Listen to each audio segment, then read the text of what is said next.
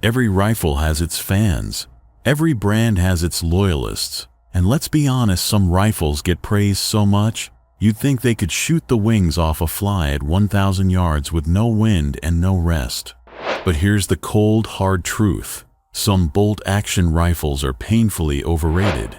They might be marketed as precision masterpieces, hunting legends, or must-have rifles for any serious shooter. But once you get past the polished ads and shiny gun store displays, you start to notice the cracks, the sloppy triggers, the inconsistent groups, the corner-cutting build quality, and worst of all, the painful realization that you paid for a name, not performance.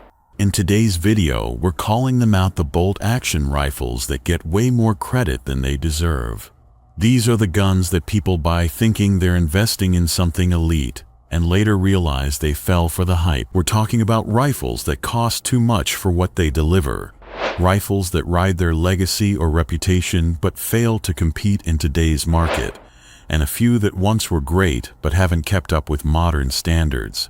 Stick around, because the last rifle on this list might just be one of the most commonly recommended top-tier bolt-actions, and it's got some serious issues nobody's talking about. Let's get into it. Remington 700, once a legend, now a liability. We've got to start with the elephant in the room, the Remington 700. This rifle is, without question, one of the most famous bolt-actions of all time. It's been used by hunters, police snipers, and even the US military. It has decades of history, aftermarket support, and more calibers than you can shake a cleaning rod at. But here's the uncomfortable truth. The modern Remington 700 isn't what it used to be. Since the original Remington arms filed for bankruptcy and changed ownership multiple times, quality control has plummeted. Receivers that aren't square, bolts that feel gritty, factory triggers that range from meh to dangerous. And let's not forget the massive safety recall that plagued the X-Mark Pro trigger. Sure, older 700s were fantastic. If you find one built before 2007, it might still be a gem. But the ones rolling off assembly lines in recent years, they're inconsistent at best and at worst unsafe. And the worst part? People still pay a premium for the name. But at this point, you're often better off buying a Ruger American Tikka or even a Savage and spending the rest on optics or ammo. Browning X Bolt, overpriced and overhyped. Browning makes beautiful rifles. There's no denying that. The X-Bolt line, especially the Hell's Canyon models, looks fantastic. Cerakoted barrels, fluted bolts, feather triggers, they check a lot of boxes. But once you get past the eye candy, performance doesn't always match the price tag. For starters, Browning uses proprietary magazines that are expensive, fragile, and hard to find. Want a backup mag for your X-Bolt? Hope you're okay spending $60, $80 if you can find one in stock. Then there's the trigger. It's decent, but not groundbreaking. And the action? It's smooth, but nowhere near the slickness of a Tikka T3X or even some Savage models.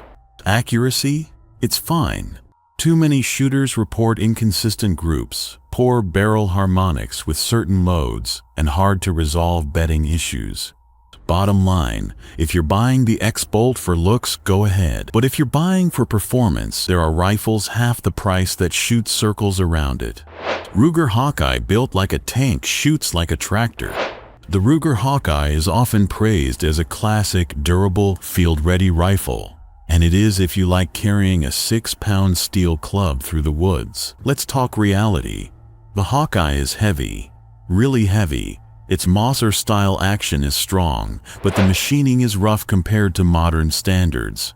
The bolt lift is stiff, the triggers are outdated, and the bedding system is, frankly, not ideal for consistent accuracy. Now, to be fair, it's durable. It's simple. It'll drop any game in North America. But here's the problem. It's just not accurate enough to justify the price anymore. Modern rifles like the Bergara B14 or Tikka T3X Lite are lighter, smoother, more accurate, and often cheaper. The Hawkeye feels like it's from a different era, and that's because it is. It's the kind of rifle your grandpa swore by. But in 2025, you're paying too much for nostalgia and not enough for precision. Weatherby Vanguard, just a rebranded Howa at a higher price. Now, don't get me wrong, Howa makes solid rifles, and the Weatherby Vanguard is based on the Howa 1500 action. But here's the kicker, you're paying Weatherby prices for Howa performance. Vanguards look good. They're well made. They're accurate enough. But when you compare them side by side with a Howa Hog or Hunter model, you quickly realize you're getting the same rifle in a fancier suit. Triggers? Virtually identical. Barrels? Same source. Actions? Same lineage. But the Vanguard often costs $150 to $250 more just for the Weatherby branding and a different stock. And for that extra money, you don't get a better warranty, better groups, or better materials. You just get a different name on the side of the receiver. If you love Weatherby, go for it. But if you're chasing performance on a budget, skip the Vanguard and go straight to the source. Christensen Arms Ridgeline Carbon Fiber hype meets real-world disappointment. Now we're going to ruffle some feathers. Christensen Arms is known for their sleek, lightweight, carbon fiber barreled bolt guns that promise premium performance at premium prices, often in the $2,000 to $2,500 range. And yes, the rifles are beautiful. Yes, the concept of a lightweight long-range rifle is appealing, but here's the truth. Performance is wildly inconsistent. Some Ridgelines shoot 1/2 MOA all day long. Others struggle to stay under 1.5 MOA even after trying multiple factory loads and custom hand loads. And for $2,500, that's simply unacceptable. Combine that with stories of loose stocks, bedding issues, barrel fit problems, and customer service that's hit or miss, and you start to wonder, are you paying for innovation or for a brand image?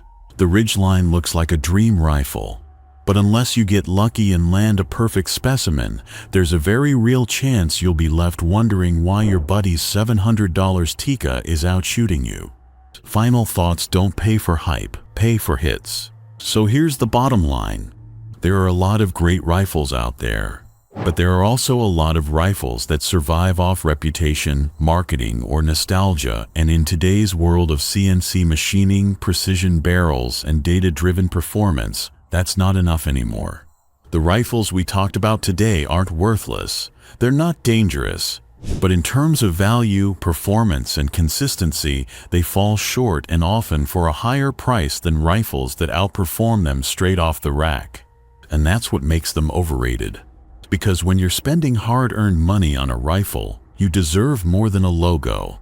You deserve accuracy, reliability, and a rifle that performs every time you shoulder it.